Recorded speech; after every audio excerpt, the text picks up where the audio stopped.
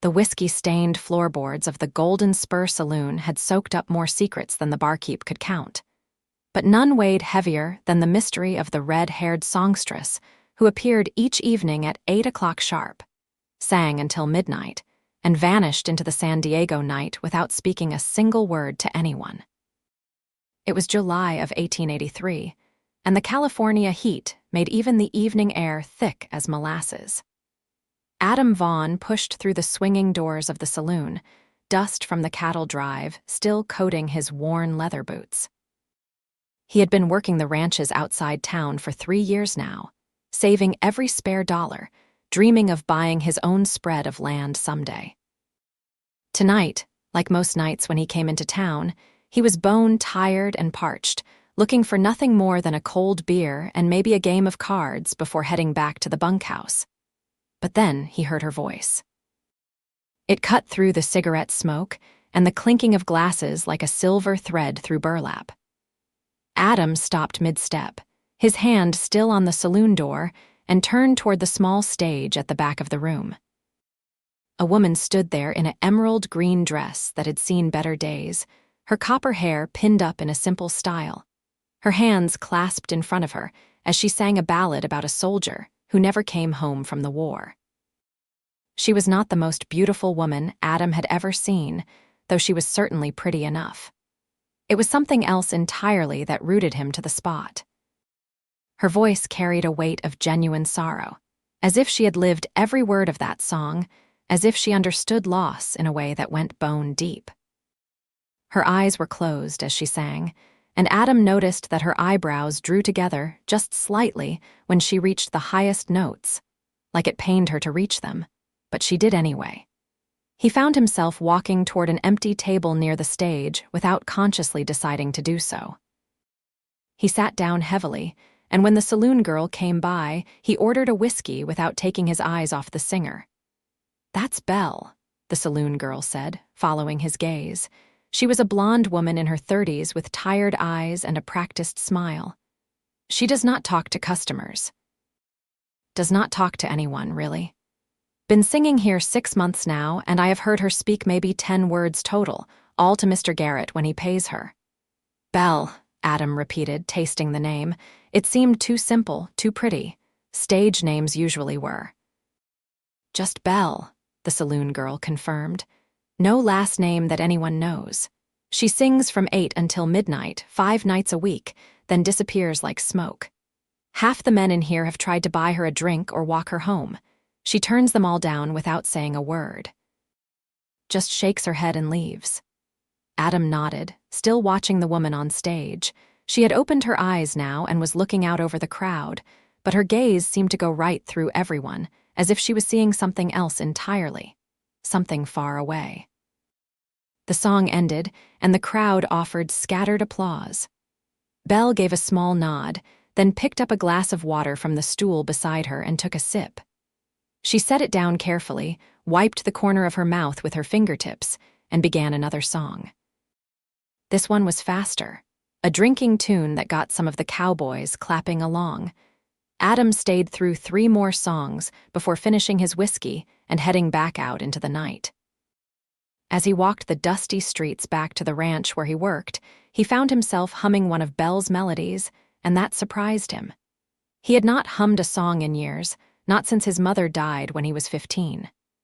Music had seemed pointless after that, just noise to fill silence. But Belle's voice was different. It was not just noise. It was something real. He came back the next night and the night after that. Always he sat at the same table near the stage, nursing a single whiskey through the evening, listening. He noticed things. The way Belle always wore the same 3 dresses in rotation, all of them well-mended but fading. The way she never smiled, even when she sang cheerful songs. The way her hands trembled slightly when she first stepped onto the stage each night, though her voice never wavered. On the 5th night, she noticed him. Her eyes swept over the crowd as she sang, and they caught on Adam's face for just a moment. Something flickered in her expression, too quick to name, and then she looked away. But the next night, she glanced at him again, longer this time. And the night after that, longer still. Adam was not a complicated man. He understood cattle and horses, hard work and honest pay. He could rope a steer, break a bronco, and had once punched out a man twice his size for cheating at cards. But he did not understand women much, especially not mysterious songbirds who would not speak. Still, he kept coming back.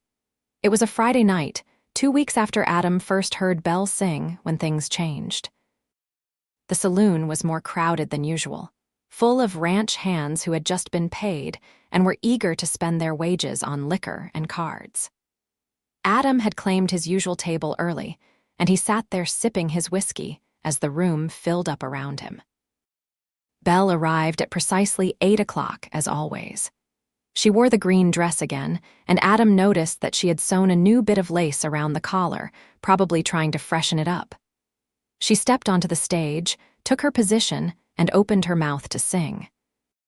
But before she could make a sound, a drunk cowboy near the front shouted, "How about a smile, darling?" "You look like you are headed to a funeral every night," his friends laughed, and the drunk cowboy, emboldened, stood up and moved toward the stage. "Come on, sweetheart, give us a smile." "You are too pretty to look so miserable all the time." Belle's face went pale. She took a step back on the small stage, her hand moving to her throat in an unconscious gesture of protection. The drunk cowboy kept coming, reaching out as if to grab her hand and pull her down from the stage. Adam was on his feet before he consciously decided to move. He crossed the room in 4 long strides, caught the drunk cowboy by the shoulder, and spun him around. "She's here to sing, not to chat," Adam said, his voice level but hard as iron. "Sit down and listen, or get out." The drunk cowboy blinked at him, trying to focus through the whiskey fog. "Who the hell are you?" "Someone who is tired of your voice," Adam replied. "Sit down." For a moment, it looked like there might be a fight. The drunk cowboy's friends were half standing, and Adam was aware of the weight of every eye in the saloon on him.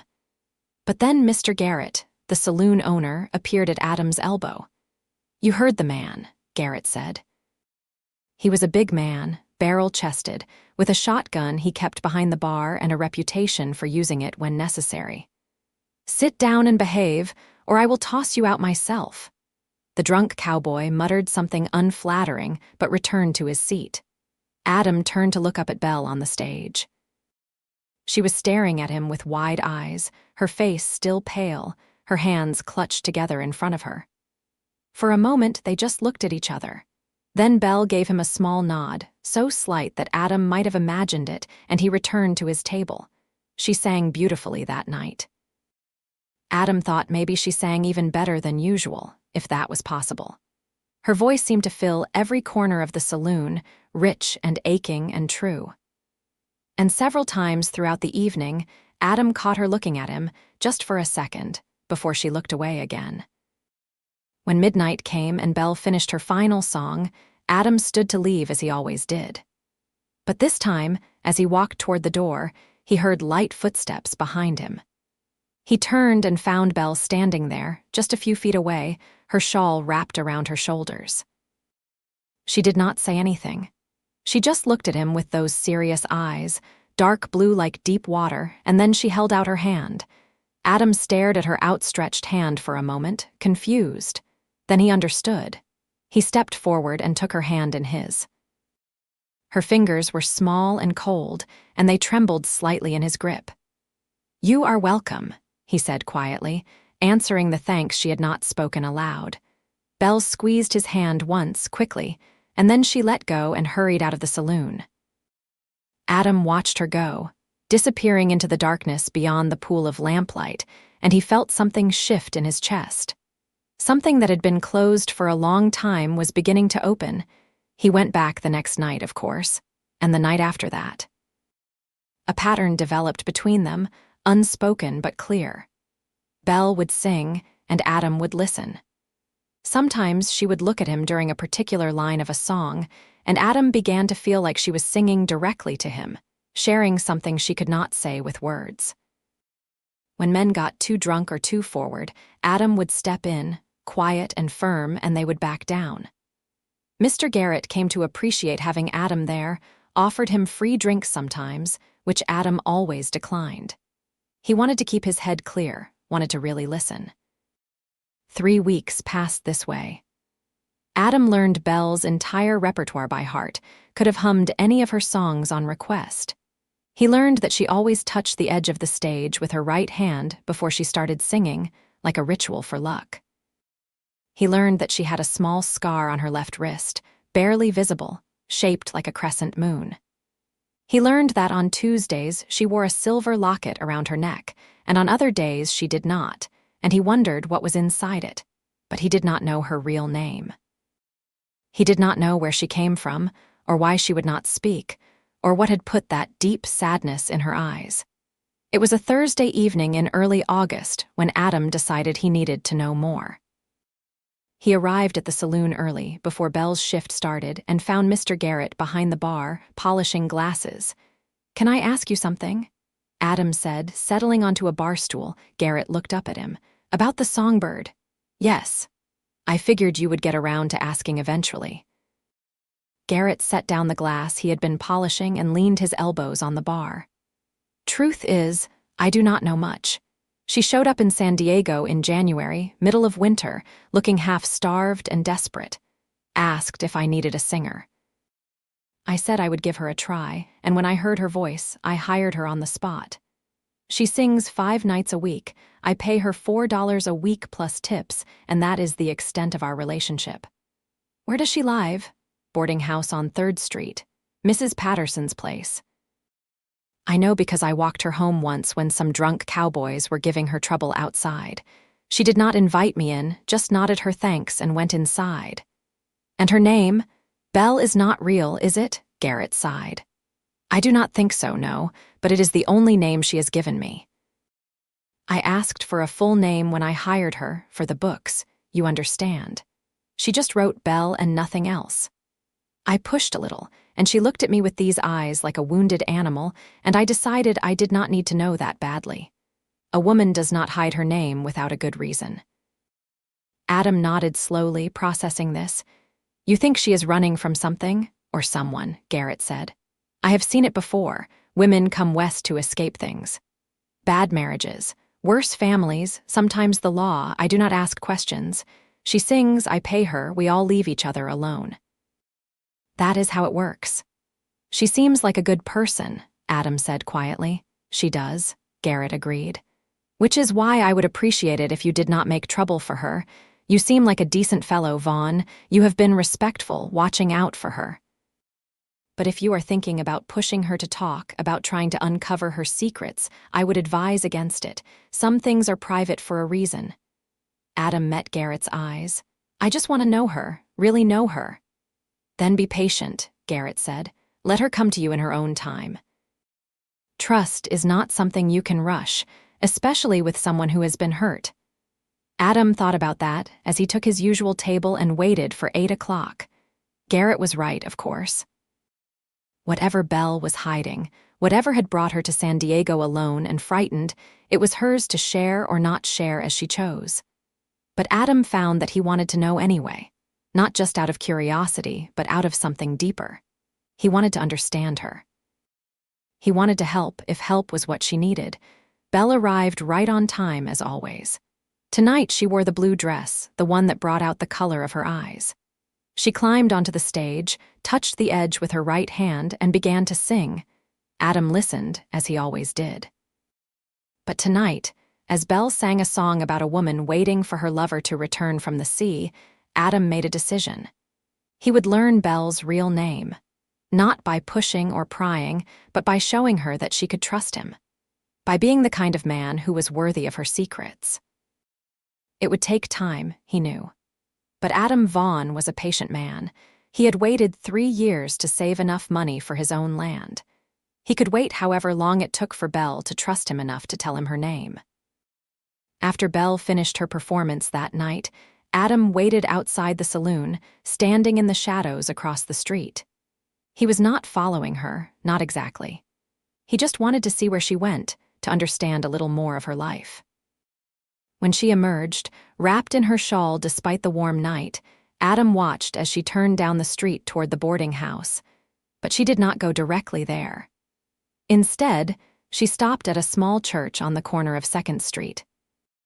Adam watched as Belle slipped inside, and he saw the flicker of candlelight through the windows.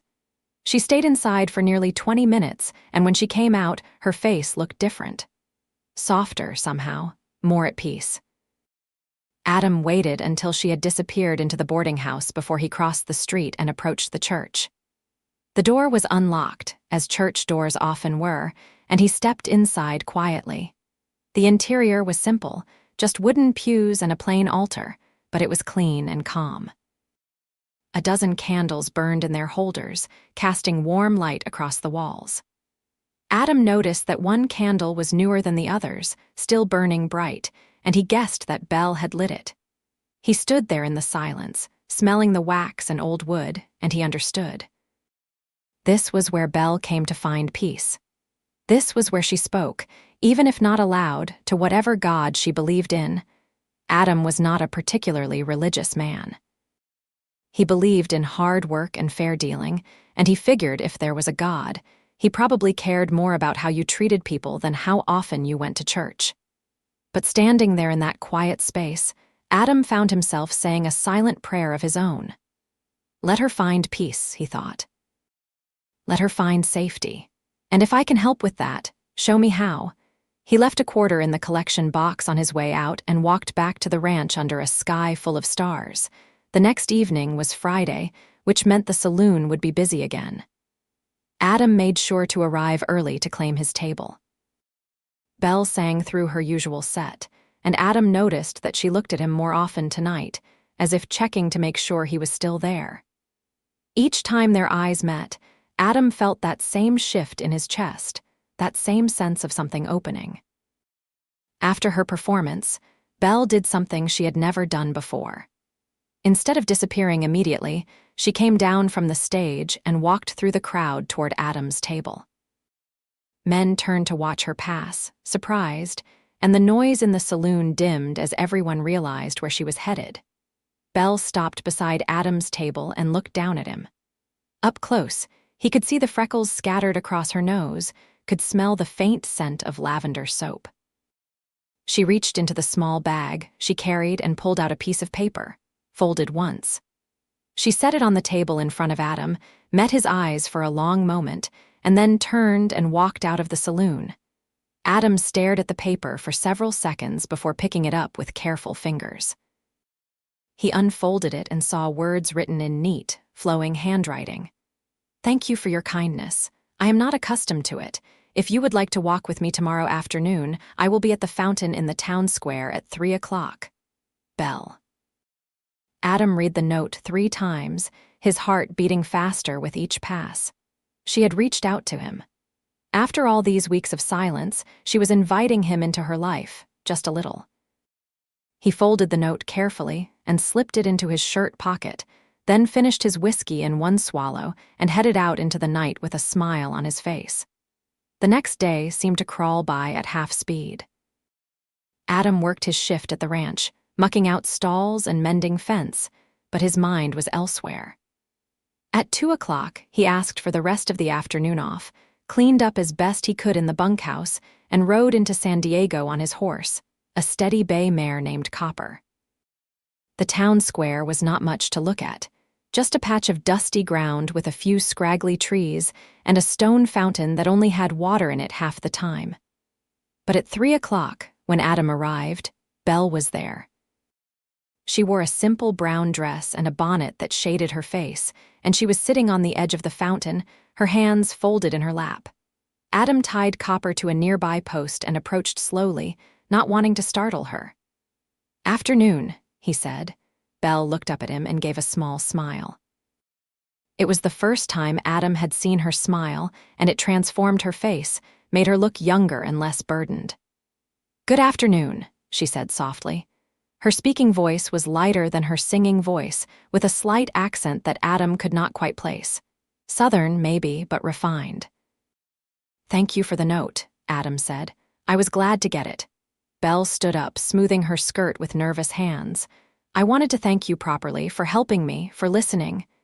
"You do not need to thank me," Adam said. "I am happy to listen. You have a beautiful voice."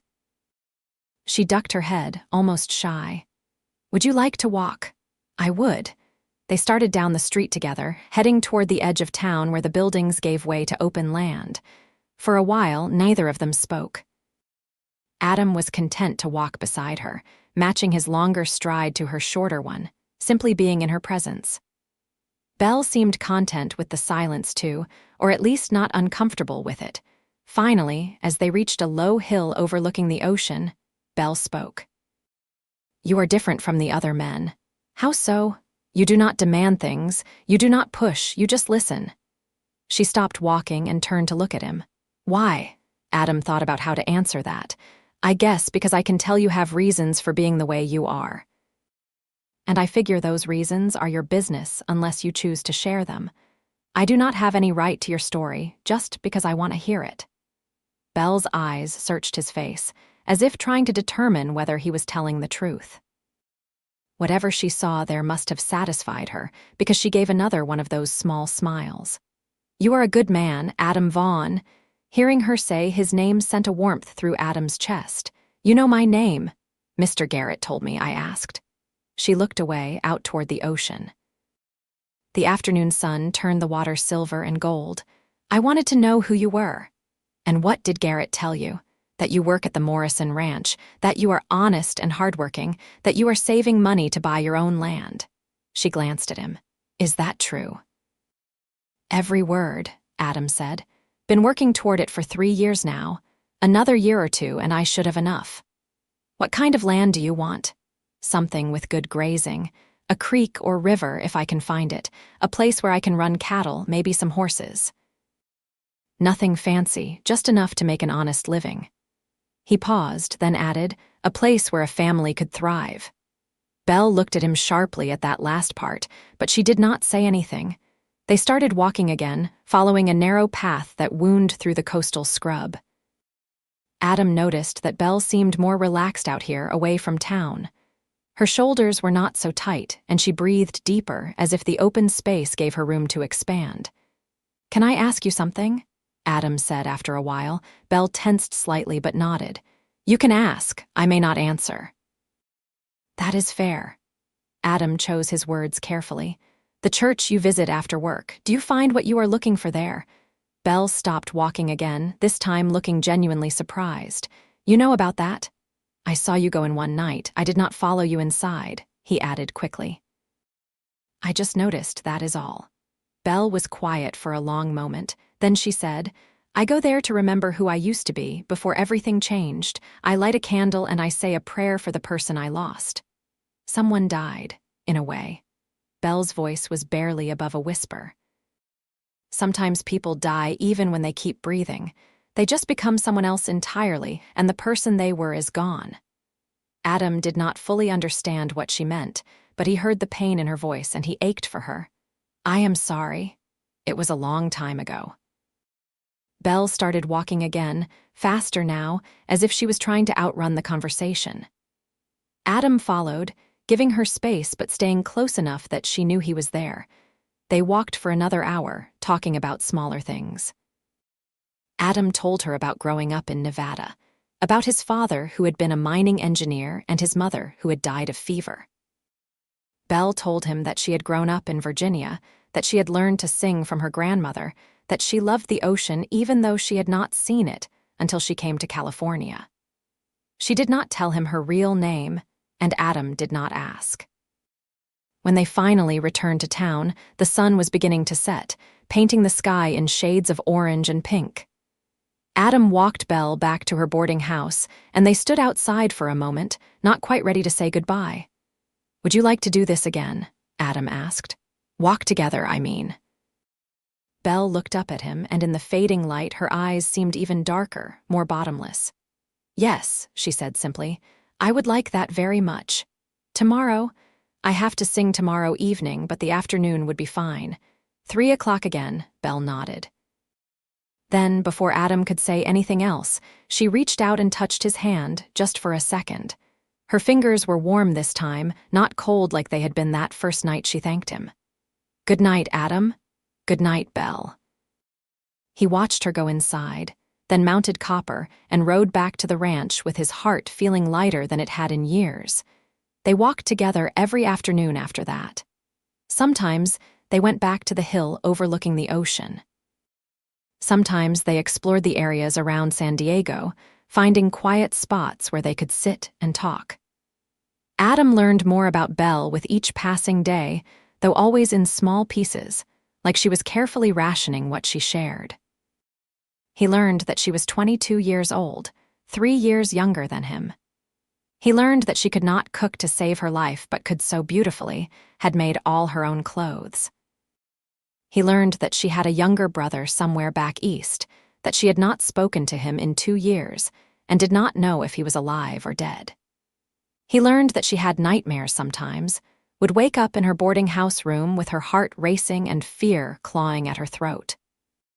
"What are the nightmares about?" Adam asked one afternoon as they sat under an old oak tree, sharing a canteen of water. Belle was quiet for a long time, then she said, "Being trapped, being unable to escape, someone finding me." She looked at Adam. "Hurting me again." Adam felt anger rise in his chest, hot and fierce. "Someone hurt you?" "Yes." "Who?" Belle shook her head. "It does not matter now. He cannot reach me here. I made sure of that." "Is that why you changed your name?" Belle's eyes widened slightly. She had not expected Adam to figure that out. "How did you know?" "Belle is a stage name, right? Something pretty and simple for the Saloon, but it is not what your family called you, not what you called yourself before you came here." Belle looked away, her jaw tight. For a moment, Adam thought she would not answer, that he had pushed too far. But then she spoke, her voice barely audible. "My name is Beatrice Langston, but I cannot be her anymore. Beatrice Langston is dead, as far as anyone back in Virginia knows. She has to stay dead, or he will find me." "Who will find you?" Adam asked gently. Beatrice, he thought, tasting the name in his mind. It suited her better than Belle ever had. "My husband," Belle said, and the word dropped between them like a stone into still water. Adam felt something cold settle in his stomach. "You are married." "I was married. Legally, I suppose I still am, though I consider those vows broken." Belle's hands were clenched tight in her lap. "I ran away 6 months ago, changed my name, changed everything." "He is a powerful man in Virginia, wealthy and well-connected. If he knew where I was, he would come for me, and he would kill me or lock me away somewhere I could never escape. So I have to be Belle now. Beatrice is gone." Adam tried to process this, his mind racing. "What did he do to you?" Belle was silent for a long moment. When she finally spoke, her voice was flat, emotionless, as if she was describing something that had happened to someone else. "He was charming when we first met. I was 19 and he was 28. My parents approved of the match. He had money, breeding, all the right connections. We married 3 months after we met, and on our wedding night I discovered who he really was." She stopped, and Adam waited, his fists clenched at his sides. "He hurt me," Belle continued. "Not just that night, but many nights after. He said it was his right as my husband, that I was his property to do with as he wished. When I tried to resist, he got worse. When I threatened to tell someone, he laughed and said no one would believe me. He was right. I told my parents once, and they said I must be exaggerating. That I should try harder to please him. That marriage required sacrifice from a wife." Adam felt sick. "How long were you married?" 2 years. 2 years of being trapped in that house, in that life with him, and then one day I overheard him talking to his business partner. He was planning to have me committed to an asylum. He said I was becoming too difficult, too unmanageable, that if I was declared insane, he could control my inheritance and marry someone else without the scandal of divorce. "So you ran," Adam said. "So I ran," Belle confirmed. "I took what little money I had hidden away, left in the middle of the night, and went as far west as the trains would take me. I ended up here in San Diego with nothing but the clothes I was wearing and the ability to sing. So I became Belle, the saloon singer, and I have been Belle ever since." Adam was quiet for a long moment, absorbing everything she had told him. Finally, he said, "Thank you for trusting me with this. I know it could not have been easy to share." Belle looked at him, and her eyes were wet with unshed tears. "I have not told anyone the whole story before. Not even Mr. Garrett knows about my husband. I was afraid that if I spoke it aloud, it would become real again, but somehow, with you, it feels safe." Adam reached out slowly, giving Belle time to pull away if she wanted to, and took her hand in his. "You are safe with me," he said. "I swear it. I would never hurt you, and I would never let anyone else hurt you either, not if I could prevent it." A tear slipped down Belle's cheek, and she did not wipe it away. "Why are you so kind to me? You do not owe me anything." "I do not need to owe you anything," Adam said. "I care about you, Beatrice. I have cared about you since the first night I heard you sing. And now that I know your story, I care about you even more. You are the strongest person I have ever met to survive what you survived and still stand up every night and sing." "I do not feel strong," Belle whispered.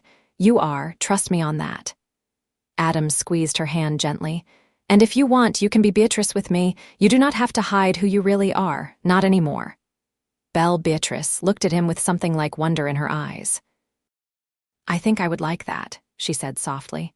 "But in public, at the saloon, I need to stay Belle, just in case, just to be safe." "I understand. Belle in public, Beatrice when we are alone." Beatrice smiled, and this time it was a real smile, full and genuine. "Beatrice," she repeated, as if testing how the name sounded in her own voice after so long. I had almost forgotten what it felt like to hear it. From that day forward, something shifted between them. The walls Beatrice had built around herself began to crumble, piece by piece. She talked more freely, laughed more easily.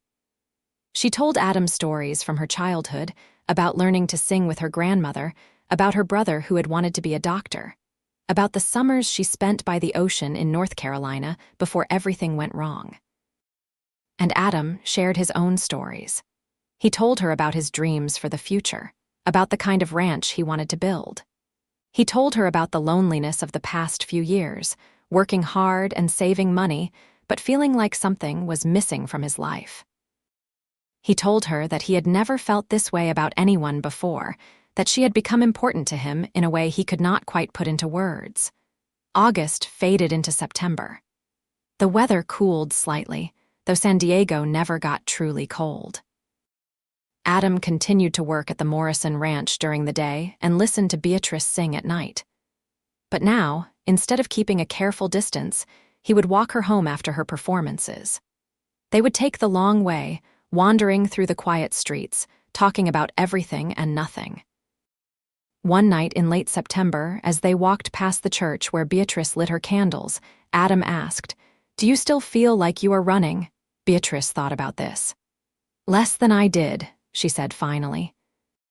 "When I first came here, I felt like he was right behind me, like any moment he would appear and drag me back. But months have passed, and there has been no sign of him. Maybe he decided I was not worth the trouble of finding. Maybe he is glad I am gone. Either way, I am starting to believe that I might actually be safe here." "I am glad," Adam said. Then, gathering his courage, he added, "Beatrice, I need to tell you something." She looked up at him, her expression suddenly wary. "What is it?" "I am in love with you," Adam said simply. "I have been for a while now, I think, but I did not want to say anything until you knew that you could trust me. But I cannot keep it inside anymore. You do not have to feel the same way. I will still be your friend, still listen to you sing, still walk you home at night. But I needed you to know." Beatrice had stopped walking. She stood very still in the middle of the street, staring at Adam with wide eyes. For a long moment, she did not say anything, and Adam felt his heart sinking. He had ruined it. He had pushed too hard, too fast. But then Beatrice stepped forward and reached up to touch Adam's face, her fingers gentle against his cheek. "I am frightened," she whispered. "I am frightened to feel this way about you. The last time I trusted a man, the last time I let myself care, it nearly destroyed me." "I know," Adam said. "And I understand if you cannot risk it again. I just needed you to know how I feel." "But I do feel the same way," Beatrice continued, her voice stronger now. "I love you, Adam Vaughn. You have shown me that kindness is real, that not all men are like him. You have made me feel safe for the first time in 3 years. And yes, I am frightened. But I am also tired of letting fear control my life.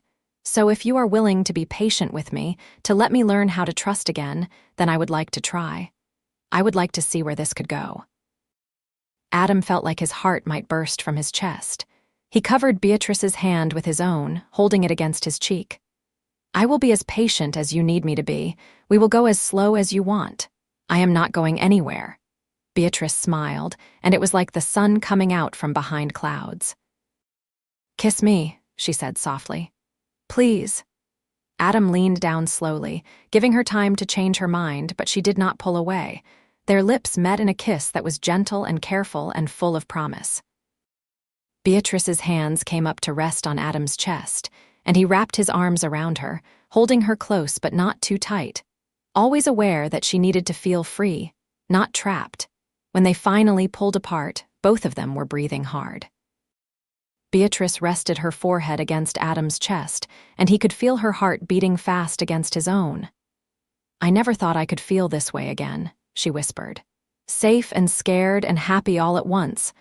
I will do everything I can to keep you safe," Adam promised, "and to make you happy. That is all I want."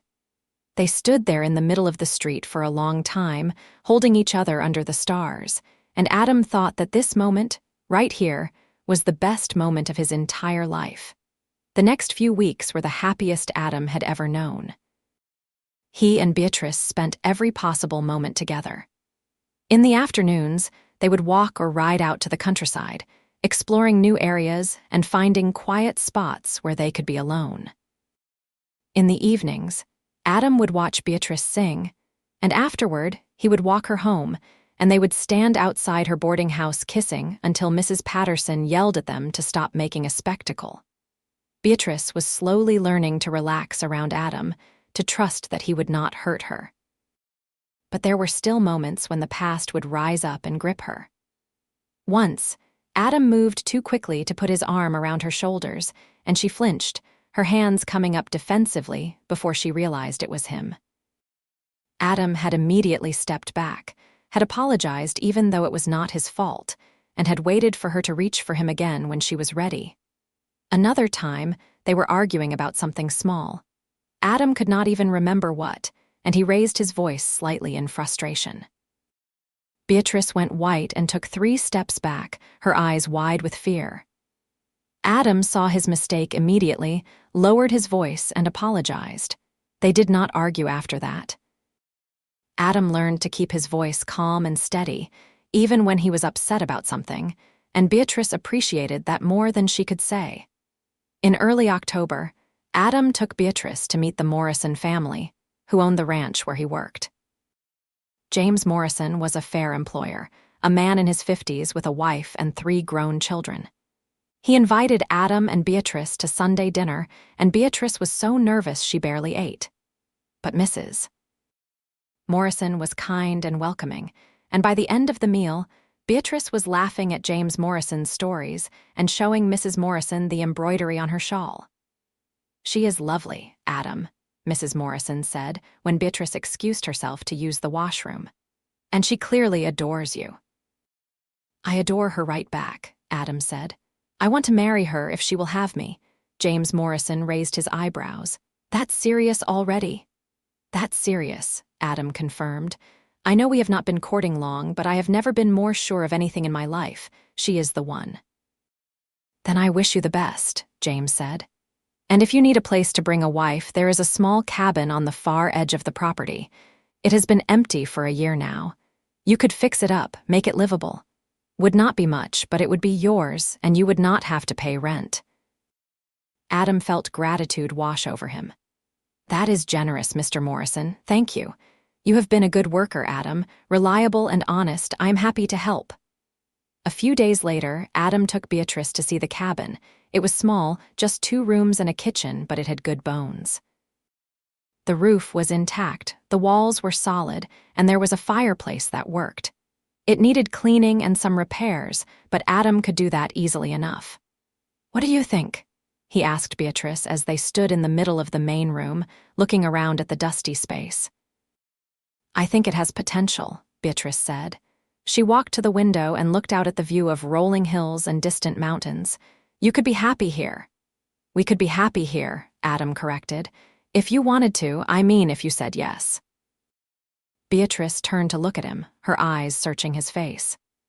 Said yes to what, exactly? Adam took a deep breath. He had been planning to do this differently, maybe take her somewhere special, but standing here in this little cabin that could be their home, it felt right. He dropped to one knee and took Beatrice's hand in his. Beatrice Langston, I love you more than I ever thought I could love anyone. I know you have been hurt before, and I know you are still healing. But I promise that I will spend every day of my life trying to make you happy and trying to keep you safe. Will you marry me? Will you let me love you for the rest of our lives? Beatrice's hand flew to her mouth, and tears spilled down her cheeks. For a moment, Adam was terrified that she would say no, that it was too soon, that he had pushed too hard. But then she was nodding, pulling him to his feet, throwing her arms around his neck. Yes, she said through her tears. Yes, yes, yes, I will marry you, Adam Vaughn. I want nothing more than to marry you. Adam kissed her then, long and deep, and when they finally broke apart, both of them were laughing and crying at the same time. I do not have a ring yet, Adam said. I was going to save up for one, but I could not wait any longer to ask. I do not need a ring, Beatrice said. I just need you. But Adam insisted on getting her one anyway. He took almost all of his saved money, the money he had been putting away for land, and bought her a simple gold band with a small diamond. It was not fancy, but it was real and it was hers. When he slipped it onto her finger a week later, Beatrice cried again and told him it was the most beautiful thing she had ever owned. They set the wedding date for December, giving them 2 months to prepare. Beatrice wanted to be married in the little church where she had been lighting candles all these months, and the priest agreed to perform the ceremony. Mrs. Morrison and some of the other ranch wives helped Beatrice make a wedding dress, a simple white gown with lace at the collar and cuffs. Adam bought a new suit, the first one he had owned since he was 18, but as the wedding date approached, Beatrice became more anxious. She jumped at shadows, looked over her shoulder constantly, had nightmares that left her shaking and pale. Adam knew what she was worried about, though she did not say it aloud. She was afraid that her husband, her real legal husband, would somehow find out about the wedding and would come to stop it. He does not know where you are, Adam reminded her gently one evening as they sat in the cabin, which Adam had been steadily fixing up. You have been here for almost a year, and he has not found you. Why would he find you now? I do not know, Beatrice said. But I keep feeling like something bad is going to happen, like I am not allowed to be this happy. Adam pulled her close, wrapping his arms around her. You are allowed to be happy. You deserve to be happy, and nothing bad is going to happen. I will make sure of it. But 2 weeks before the wedding, something did happen. Adam was in San Diego, picking up supplies for the ranch, when he saw a man in an expensive suit asking questions at the general store. The man was tall and dark-haired, maybe 35 years old, with cold eyes and a calculating expression. He was showing a photograph to the store clerk, and even from across the street, Adam could see who was in the photograph. Beatrice. Younger, her hair styled differently but unmistakably her. Adam felt ice flood his veins. He stayed where he was, watching, as the store clerk shook his head and said he had not seen the woman in the photograph. The man thanked him curtly and moved on to the next shop. Adam did not wait to see more. He abandoned the supplies, mounted copper, and rode as fast as he could to the boarding house where Beatrice lived. He found her in the small garden behind the building, mending one of her dresses. She looked up with a smile when she saw him, but the smile faded when she saw his face. What is wrong? She asked, setting aside her sewing. He is here, Adam said without preamble. Your husband. He is in San Diego, showing people your photograph, asking if anyone has seen you. All the color drained from Beatrice's face. She swayed slightly, and Adam caught her arm to steady her. Are you sure? She whispered. I am sure. I saw him myself not 20 minutes ago. Beatrice pressed a hand to her mouth, her whole body trembling. He found me. I knew he would. I knew it was too good to be true. Listen to me, Adam said, gripping her shoulders gently but firmly. We are not going to let him take you. We are going to figure this out.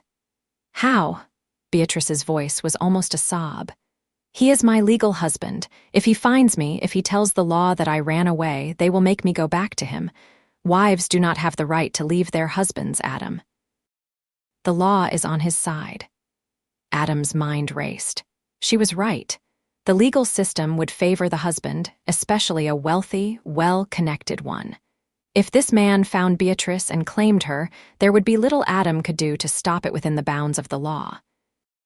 But Adam Vaughn was not always a man who stayed within the bounds of the law when those bounds were unjust. Then we leave, he said. Tonight, we take what we can carry and we go somewhere he cannot find you. Where? Beatrice asked helplessly. He found me in San Diego. He will find me anywhere. Not if we go far enough. Not if we change your name again, legally this time. We will get married under my name, Beatrice Vaughn, and we will go somewhere remote. Montana, maybe, or Wyoming. Somewhere with wide open spaces where strangers do not ask too many questions. Beatrice looked at him with wide, desperate eyes. You would do that. You would give up your job, this cabin, your plans for a ranch just to keep me safe? In a heartbeat, Adam said. None of that matters if you are not with me. We will start over somewhere else. I can always find work. We will build a new life together, but we have to leave now before he finds you. Beatrice grabbed Adam's hand like it was a lifeline. Okay, she said. Okay, we will go. Just give me a few minutes to pack. Adam helped her gather her few possessions into a carpet bag. They did not have much time. If Beatrice's husband was asking questions in town, it was only a matter of time before someone remembered seeing a red-haired woman who sang at the Golden Spur Saloon.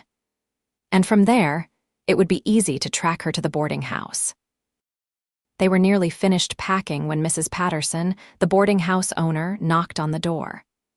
Miss Bell, she called.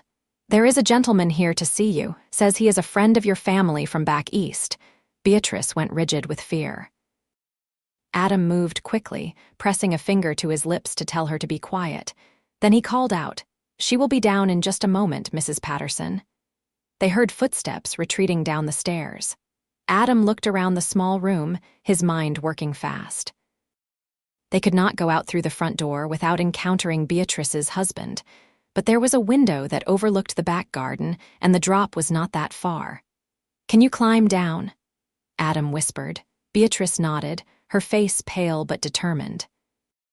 Adam opened the window as quietly as he could, then helped Beatrice climb out onto the narrow ledge.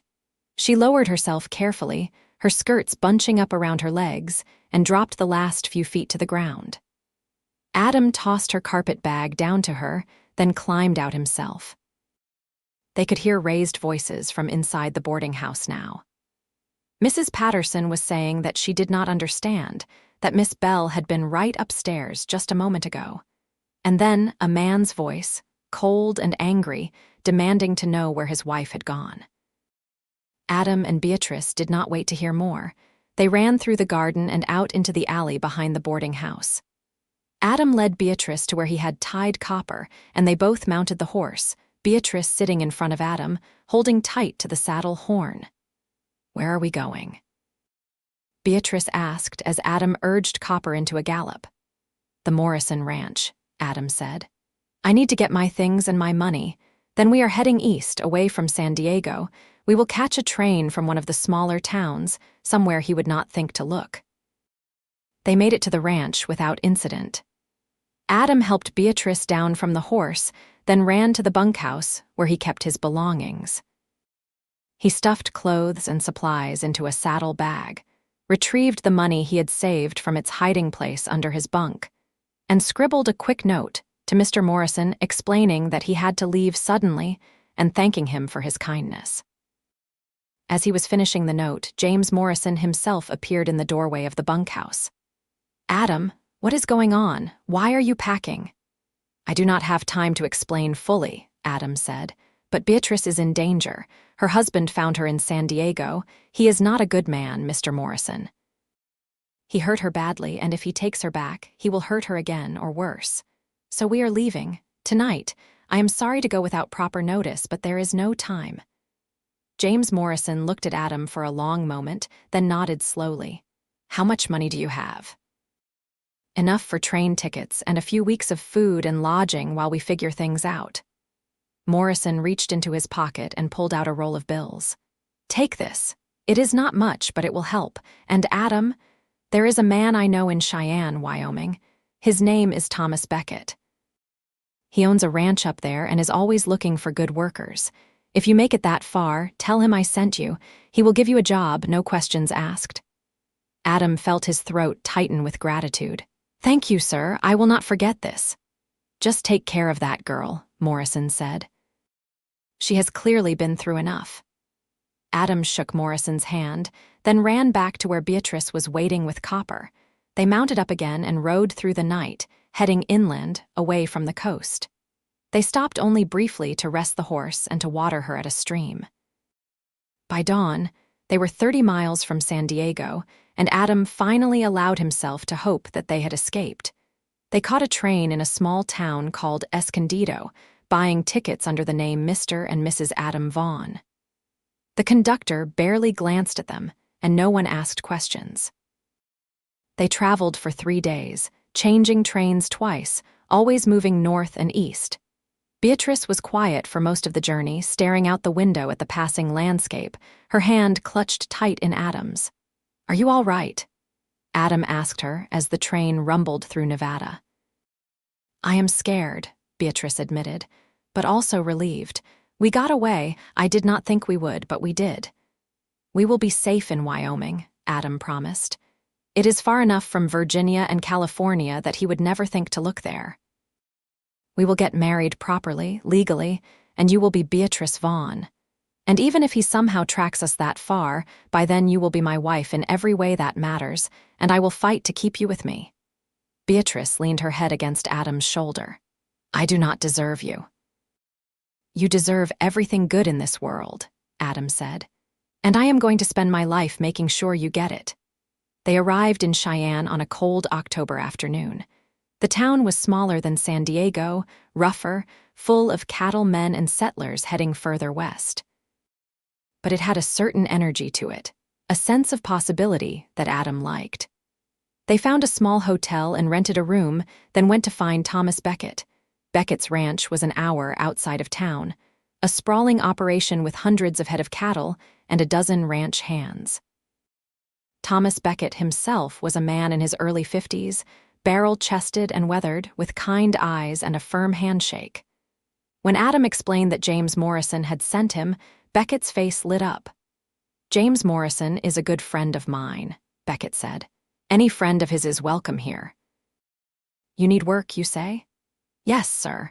I have 3 years of experience as a ranch hand, and I am willing to do whatever you need. My wife and I need a place to stay as well, if you have something available." Beckett looked at Beatrice, who was standing slightly behind Adam, still nervous and quiet. "You two look like you have been through some hard times." "We have," Adam admitted, "but we are hoping to start fresh here." Beckett nodded. "I can respect that. I have a small house on the property, just 2 rooms, but it is clean and dry. You can have it in exchange for your labor. I will pay you $30 a month in addition to room and board. How does that sound?" "That sounds more than fair," Adam said. "Thank you, sir. Just call me Thomas. We do not stand on ceremony much out here." Beckett shook Adam's hand again. "Welcome to Wyoming, both of you." The house Thomas Beckett provided was small but comfortable, much like the cabin back in California had been. Adam and Beatrice moved in that same day, grateful to finally have a place to call their own. That evening, they sat together in front of the fireplace, Beatrice curled up against Adam's side, and for the first time in weeks, she seemed to relax. "Do you think he will give up?" she asked quietly. "Do you think he will stop looking for me?" "I do not know," Adam said honestly. "But even if he does not, he will never find you here. You are not Belle the Saloon singer anymore. You are Beatrice Vaughn, a rancher's wife in Wyoming. You are safe now, I promise." The next week, Adam and Beatrice were married by a justice of the peace in Cheyenne. It was a simple ceremony, with no guests except Thomas Becket and his wife, who served as witnesses. Beatrice wore a simple blue dress, and Adam wore his good suit. When the justice pronounced them husband and wife, Adam kissed Beatrice gently, and she smiled against his lips. "I am really yours now," she whispered. "Legally and truly." "You have always been mine," Adam said. "This just makes it official." Their wedding night was tender and careful. Adam was patient, letting Beatrice set the pace, always aware of her past and the fear that still lingered. She cried at one point, not from pain or sadness, but from relief and release, from finally being with someone who loved her and treated her with gentleness. Adam held her afterward, stroking her hair, murmuring that she was safe, that he loved her, that he would always protect her. The weeks turned into months. Adam worked hard on the Becket ranch, proving himself reliable and skilled. Beatrice made their small house into a home, sewing curtains and cushions, planting a small garden that would bloom in the spring. She began to sing again, not in saloons but just for Adam, in the evenings by the fire. Her voice filled their little house with warmth and beauty, and Adam never got tired of hearing it. In December, on what would have been their original wedding date back in California, Adam took Beatrice into town and bought her a proper wedding ring to go with her engagement ring. He also bought her a new dress, a pretty one in deep red that made her eyes sparkle. They had dinner at the nicest restaurant in Cheyenne, and Adam told her that he had never been happier in his entire life. "I am happy too," Beatrice said, reaching across the table to take his hand. "I never thought I could be this happy again. You saved me, Adam." "In every way that a person can be saved." "You saved yourself," Adam said. "I just gave you a safe place to land." Winter came hard to Wyoming, with snow that piled up past the windows and wind that howled like a living thing. But inside their little house, Adam and Beatrice were warm and content. They spent the long winter evenings talking and reading aloud to each other and making love by firelight. Beatrice taught Adam some of the songs her grandmother had taught her, and Adam taught Beatrice how to play poker, which she turned out to be surprisingly good at.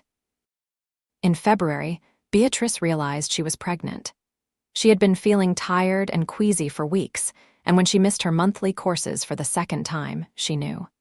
She told Adam one evening after dinner, suddenly nervous that he would not be happy about it, but Adam's face lit up like the sun. He picked Beatrice up and spun her around, laughing, then set her down carefully and apologized for being too rough. "We are going to have a baby," he asked, his hands gentle on her stomach. "We are going to have a baby," Beatrice confirmed, and then she was laughing too and crying, and Adam was kissing her face all over, telling her how much he loved her, how happy he was, how he could not wait to be a father. "I am scared," Beatrice admitted later when they were lying in bed together. "What if I am a terrible mother? What if I do not know how to love a child properly after everything that happened to me?" "You will be a wonderful mother," Adam said firmly. "You are kind and strong and full of love. Our child will be lucky to have you." "And you," Beatrice said, snuggling closer to him, "our child will be lucky to have you as a father." The pregnancy was not easy. Beatrice was sick for the first few months, could barely keep food down, and lost weight even as the baby grew inside her. Adam worried constantly, but Beatrice insisted she was fine, that it was normal. By the time spring came, she was feeling better, and her belly was starting to round out visibly. Adam found himself constantly touching her stomach, talking to the baby, telling it about the world it would be born into. In May, Beatrice received a letter.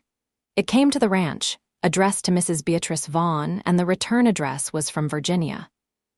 Beatrice's hands shook as she opened it, and Adam stood close by, ready to comfort her or protect her from whatever news it contained. The letter was from Beatrice's brother, Samuel. He wrote that he had heard through family friends that Beatrice had been seen in California, that her husband was looking for her, and that Samuel wanted to warn her to be careful.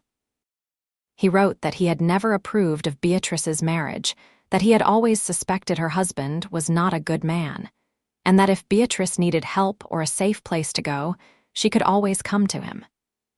He included his address in Richmond, where he was working as a physician's assistant. Beatrice cried when she read the letter, both from relief and from sadness. "I thought he had forgotten about me," she said. "I thought no one from my old life cared what happened to me." "He clearly cares," Adam said. "Do you want to write back to him?" Beatrice thought about this for a long moment. "Yes," she said finally. "I want him to know that I am safe, that I am happy, but I will not tell him exactly where I am, just in case. I do not think he would tell anyone, but I cannot take the risk."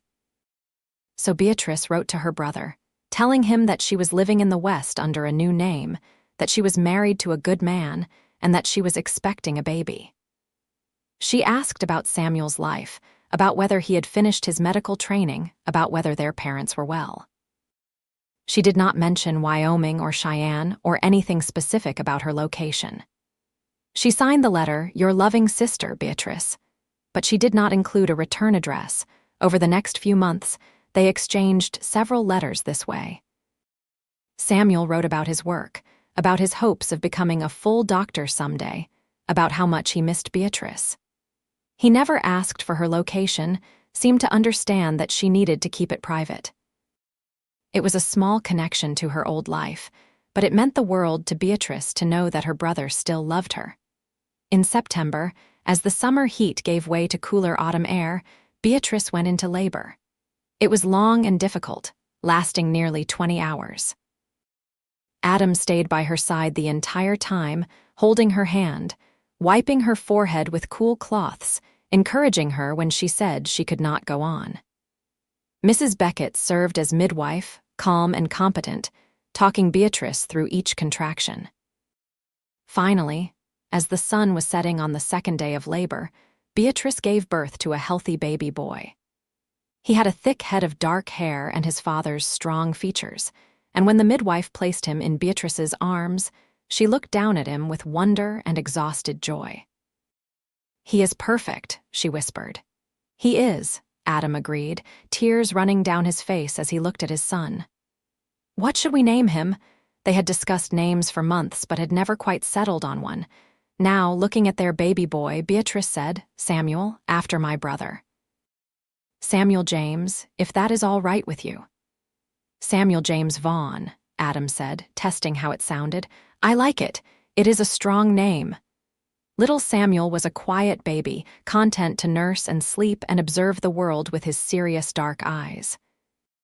Beatrice took to motherhood with more ease than she had expected, finding that she had deep reserves of patience and love for this tiny person who depended on her completely. Adam was a devoted father, taking over the night feedings when possible, changing diapers without complaint, spending hours just holding his son and marveling at the miracle of him. That winter was hard, with Samuel waking multiple times each night and Beatrice exhausted from nursing, and the constant demands of caring for an infant. But they supported each other through it, taking turns so the other could sleep, never complaining about the sacrifices required. And when Samuel smiled for the first time, a big gummy grin that lit up his whole face, both Adam and Beatrice agreed that every difficult moment had been worth it. 2 years passed. Samuel grew from a baby into a toddler, learning to walk and talk and get into everything. Adam continued to work on the Beckett Ranch, and Thomas Beckett, impressed with Adam's work ethic and skill, gave him a raise and more responsibility. Beatrice sewed clothes for people in town, earning extra money that they saved carefully. They talked about buying their own land someday, starting their own ranch, but they were in no hurry. They were happy where they were. In the spring of 1887, Beatrice discovered she was pregnant again. This time, the pregnancy was easier. She was not as sick, did not lose weight, felt stronger overall. In December, she gave birth to a baby girl with red hair and blue eyes just like her mother. They named her Rose, after Adam's mother, and Samuel was fascinated by his baby sister, always wanting to hold her and help take care of her. Life settled into a comfortable rhythm. Adam worked, Beatrice cared for the children and did her sewing, and in the evenings, they were together as a family. Beatrice sang to the children, teaching them the songs her grandmother had taught her, and Adam taught Samuel how to ride and how to care for animals. Years passed. Samuel grew into a bright, curious boy who loved books and learning. Rose was spirited and fearless, climbing trees and chasing chickens and getting into mischief. In 1890, Beatrice gave birth to another son, whom they named Thomas after their benefactor, Thomas Becket. And in 1893, they had one more daughter, Alice, who was quiet and thoughtful like her father. By 1895, Adam and Beatrice had saved enough money to buy their own land. It was a small spread, just 100 acres, but it had good grazing and a creek that ran year-round. They built a house there, bigger than the little one they had been renting, with enough rooms for all 4 children. Adam ran cattle and horses, and the operation prospered under his careful management. Beatrice sometimes thought about her old life, about the girl she had been in Virginia, trapped and frightened.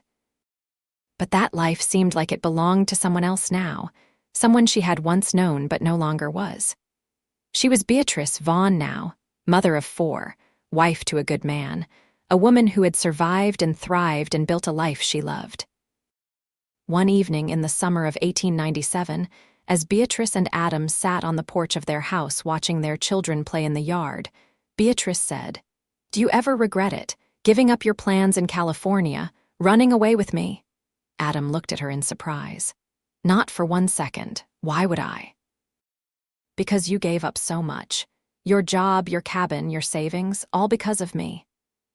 "I gave up some things," Adam agreed, "but I gained so much more. I gained you.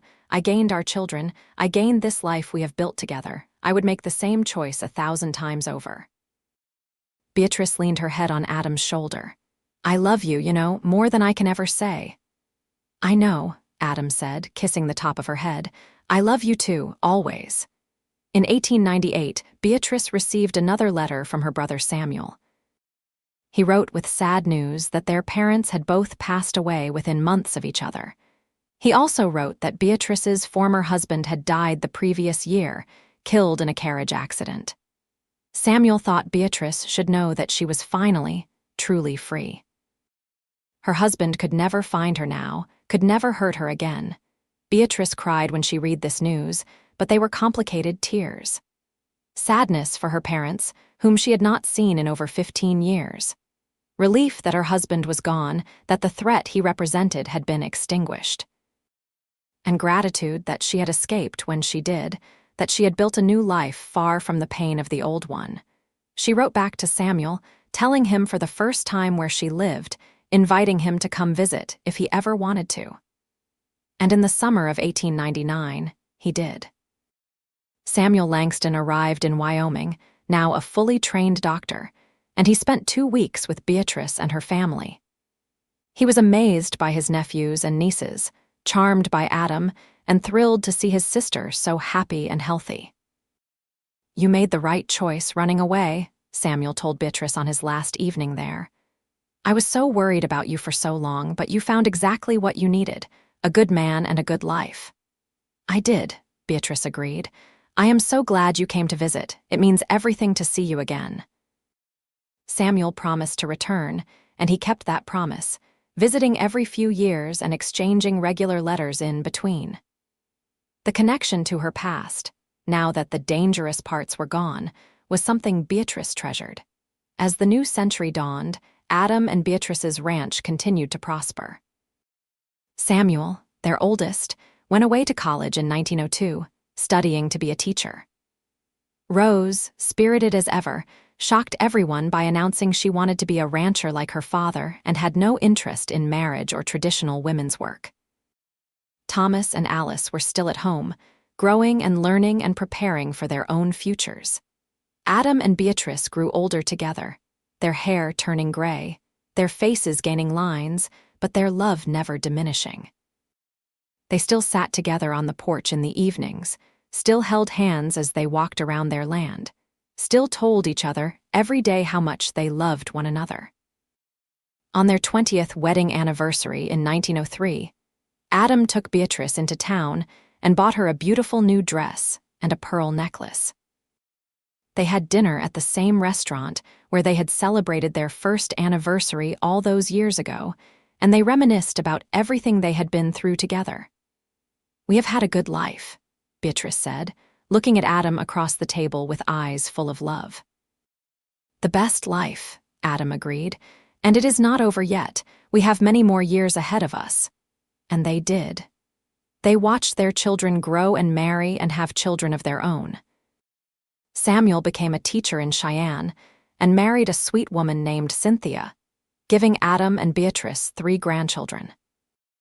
Rose did indeed become a rancher, taking over more and more of the daily operations as Adam grew older, and she eventually married a fellow rancher who respected her independence and skill. Thomas went into business, opening a general store in town, and Alice became a nurse, following in her uncle's footsteps into medicine. By 1915, Adam and Beatrice were in their 50s, grandparents many times over, and well-respected members of their community. The ranch was thriving under Rose's management, and Adam was able to take things easier, spending more time with Beatrice and less time doing the hard physical labor of running a ranch. One evening, as they sat on their porch watching the sunset, Beatrice said, "Do you remember the first time you heard me sing?" "Every detail," Adam said. "It was July of 1883. You were wearing that green dress, and you sang a ballad about a soldier. Your voice stopped me in my tracks." "And you came back every night after that," Beatrice said with a smile. "Just to listen." "Not just to listen," Adam corrected. "To be near you, even before I knew your name, even before I knew anything about you, I felt drawn to you, like my soul recognized yours." "You learned my real name eventually," Beatrice said. "You were the first person I trusted with it after I ran away, the first person who made me feel safe enough to be myself again." "Beatrice," Adam said, taking her hand, "the name suits you so much better than Belle ever did." "Belle was a mask," Beatrice said. "A way to hide, but with you I never had to hide. You saw all of me, all the broken and scared parts, and you loved me anyway." "I loved you because of those parts, not in spite of them," Adam said. "They made you who you are, strong and brave and compassionate." "You are the best person I have ever known, Beatrice Vaughn." Beatrice leaned over and kissed him, a gentle kiss full of decades of love and shared history. "And you are mine. We built something beautiful together, Adam. A life, a family, a legacy. I am so grateful for every moment of it." "As am I," Adam said. "As am I."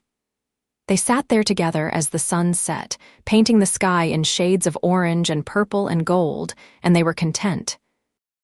They had faced hardship and fear, had run from danger and built a life from nothing, and through it all, they had loved each other completely and without reservation.